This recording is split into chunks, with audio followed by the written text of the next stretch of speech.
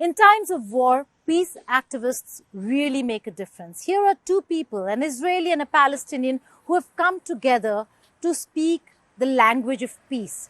They both have suffered personal losses, yet they strive and thrive for peace. Maoz Inon, an Israeli peace activist, and we also have Aziz Abu Sarah, who is a peace activist from Palestine. Both of them have come together even and despite the fact that they have lost their loved ones.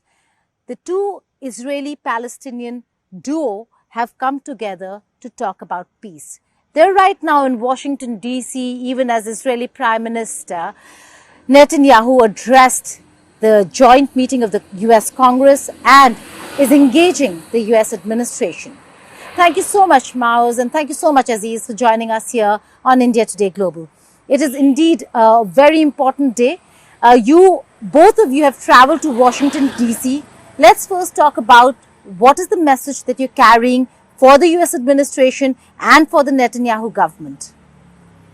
Maoz, to you first.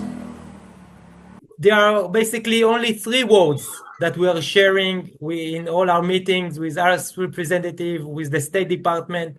And those words are, peace is possible. Yes, peace is possible. Humanity showed in the past that after war or during war, we must work to achieve peace, because only peace will bring us security, safety, equality, dignity.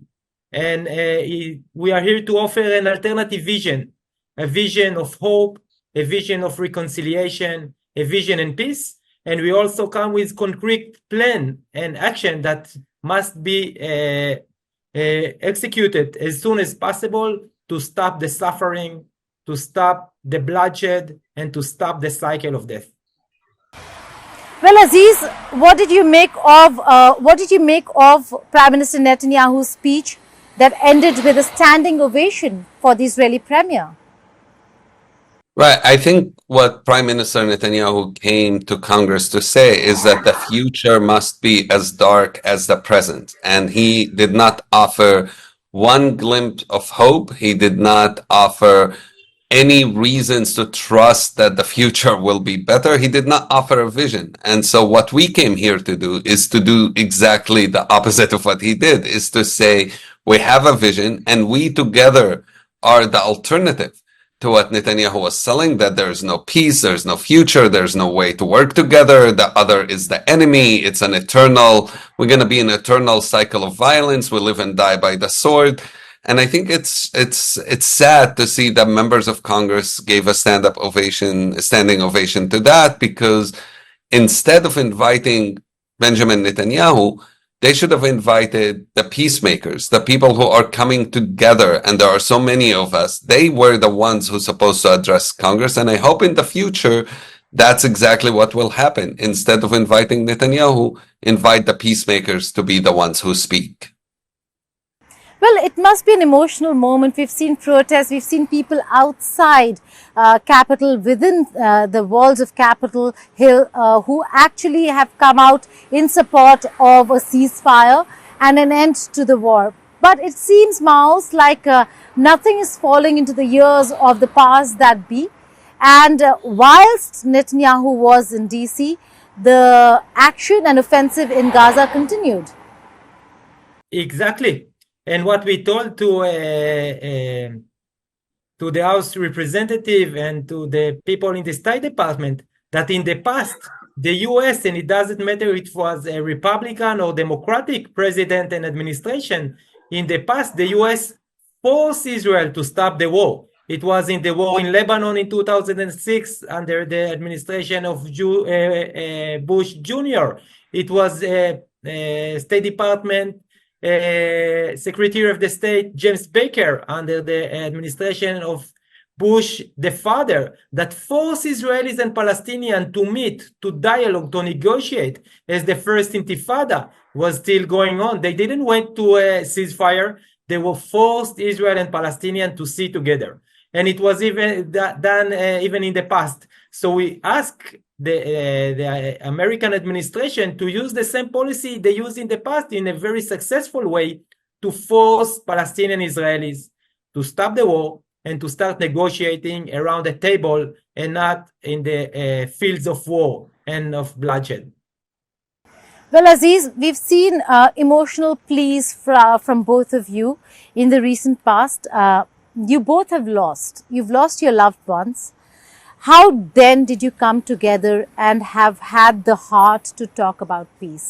It's personal loss. Maoz lost his parents in the October 7th attack, and Aziz has lost his brother and many such kith and kin in the past at the hands of Israeli soldiers. So how did you both then decide to come together to talk peace? I think it's simple. It's exactly because of that we are together. It's because we understand the price of violence, the price of war, the price of guns, the price of bombs.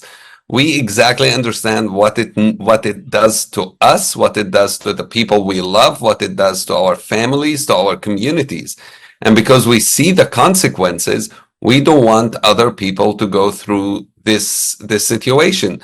We come together because we are angry. We come together because we have pain. We come together because we care about our communities. And we say we will use our anger, we will use our pain to give us even more strength to work together.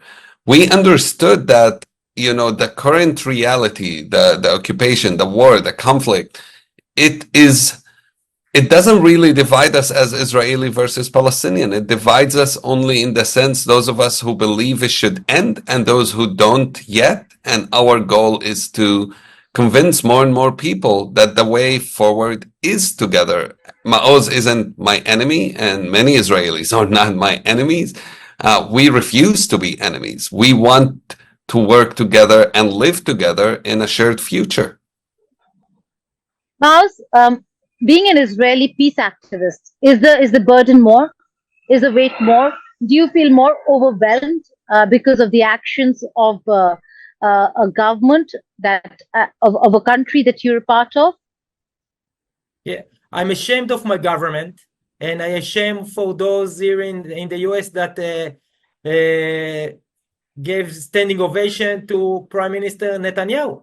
But I'm not letting this shame stop me for calling and acting to make peace and create a better future. Both Aziz and I and many others, there is a growing and a very powerful peace movement between the river and the sea, equal peace movement of Palestinian Israelis. And together we have decided to create a vision and to act to make it into a reality.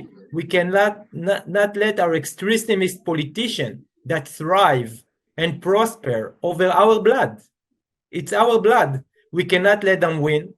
Peace must win, and peace will win. And it was a former Israeli Prime Minister, Menachem Begin, who said the historical visit of President Anwar Sadat from Egypt. And Egypt was Israel's biggest enemy. And our Israeli Prime Minister said back then in 1977, that we can prevent the war, but we cannot prevent peace.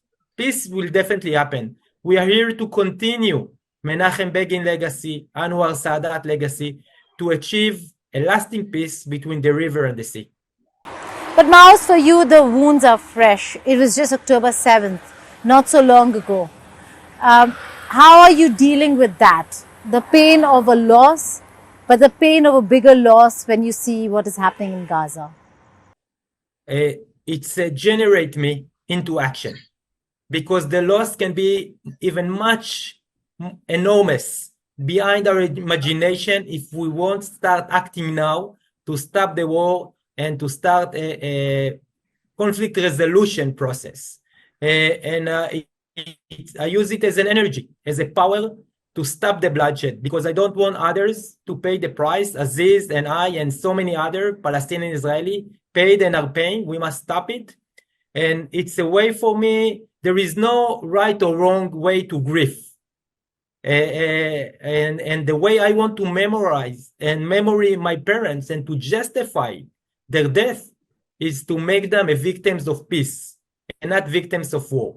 And in this way, I will be able to live a peaceful life and to have a peace in my mind and in my soul that I've done anything in the memory of my dead parents.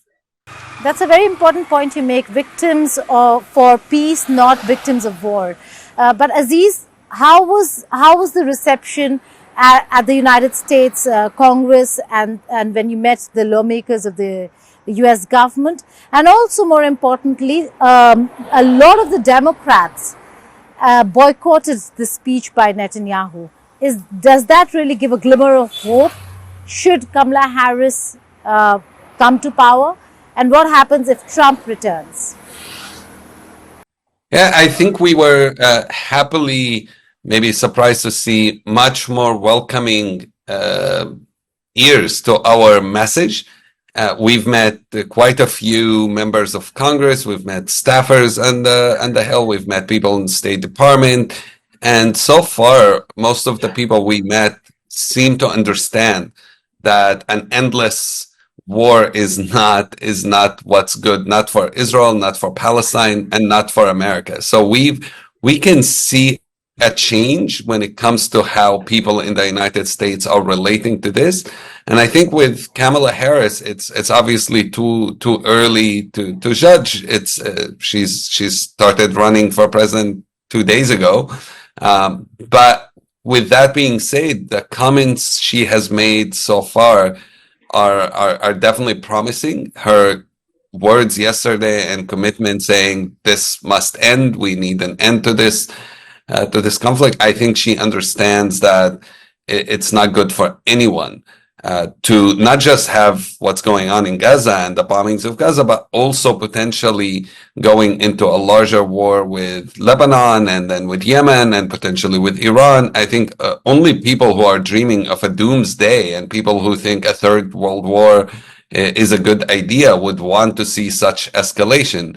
And I trust that Kamala Harris is not one of those people. And I think anyone who is reasonable, anyone who understands how terrible war is, can get that this is not the way forward. Look, 23 years ago, Benjamin Netanyahu was here in Washington, and I remember still when he spoke in front of Congress and said, "If you go to Iraq and remove Saddam Hussein, the effects of that's going to bring democracy and good days to everybody in the region." Well, let's judge him by his words and by his promises. Today, over 20 years later, we look at what happened in Iraq, and no, it didn't bring better days. If anything, it opened the road to organizations like ISIS to exist. War isn't the way forward. And this romanticized idea, we can go and just with a few bombs change the world, it just doesn't work. It's a time to put diplomacy, to put peacemaking, to put understanding each other, to put negotiations, to prioritize those instead of making bombs as the only language that people understand. Right. My final couple of questions to both of you. One is the fact that you're in Washington, D.C. We've been spectacularly surprised by the protests that have taken place over there, by how students have come out in support of the cause of Palestine. Have you been able to, or did you get a chance to see any of that and interact with the youth? And what is your take or your reaction to what's happening on the ground in various parts of the United States of America? Maoz. Yeah, we've been talking with everyone. We've been talking with youth, we've been talking with adults, we've been talking with elderly, and we are encourage them to be engaged with what's happening between the river and the sea, and we encourage them to choose the side of the peacemaker. Because if they choose only one side, Israeli or the Israeli side or the Palestinian side, of course they choose the right side, and they are right. By being right, you're just ensuring the conflict and the bloodshed will continue. If you want to stop the bloodshed, if you want to offer a vision of hope and peace, you must choose, support, and amplify the voices of the peacemakers, Palestinians and Israelis. So this is basically what we are saying from early morning to late in the night, and we are getting amazing response. amazing response from those who have a Palestinian flag in their profile name and from those who have Israeli flag in their profile name. They all think that our way is a great alternative for the division, for the polarization, and of course, for the bloodshed to continue. And finally, the two of you have engaged a lot of people, ambassadors, envoys, even met the Pope. What next after meeting US lawmakers? Where do you head from here? And what's the experience been so far? In what you're doing, do you think there could be lasting peace in the region? Aziz, to you, and then Maoz. If we don't think there will be lasting peace in the region, we wouldn't be wasting our time doing the work we do. This is what we're doing every day, and this is what we focused on. And so we will continue in the next few weeks, in the next few months. We are talking to different politicians, different universities, different groups. Maoz and I working in Israel-Palestine and doing all kind of events and work over there. So we have an extremely busy few months, and we will continue to bang the doors of everybody, to call everyone to bang our heads against those doors until they open, because this is a message that unfortunately is not broadcasted enough. And this is where we need everyone to amplify those voices. We need you, we need people all over the world to share our voices, so people know that we exist, that people know that there are many of us who are not okay with the current reality. So that's what we will be doing, and will continue to do today, tomorrow, next month, and next year. We are committed to this. It's our obligation, and there is no other path. Right, Maoz, any last words? Yeah, to the people of India, a country I love very much, and to the government of India. You're also part of the G7 group. The G7 communique wrote very clearly that the G7 countries will support the civil society in Israel and in Palestine to promote conflict resolution and a lasting peace. And I'm calling you to be our partner and to make it not into a dead word, but into a policy where also India and the other G7 members supporting our efforts to bring a lasting peace to the promised land, to the Holy Land. Maoz Inon, Aziz Abu Sarah, thank you so much for joining us here on India Today Network.